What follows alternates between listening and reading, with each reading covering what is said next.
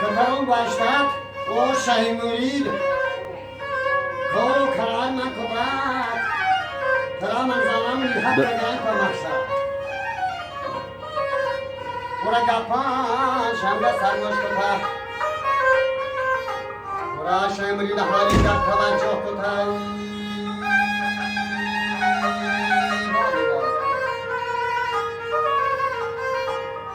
پورا شها مرید حالی گپی توجه کتا چه پایده توجه کتا برای گرچه همه سرپوش کتا یه دردانه ماه چاردهیم برای هموش کتا امروز دیگران به پرده کشم شد باش دیگه زلا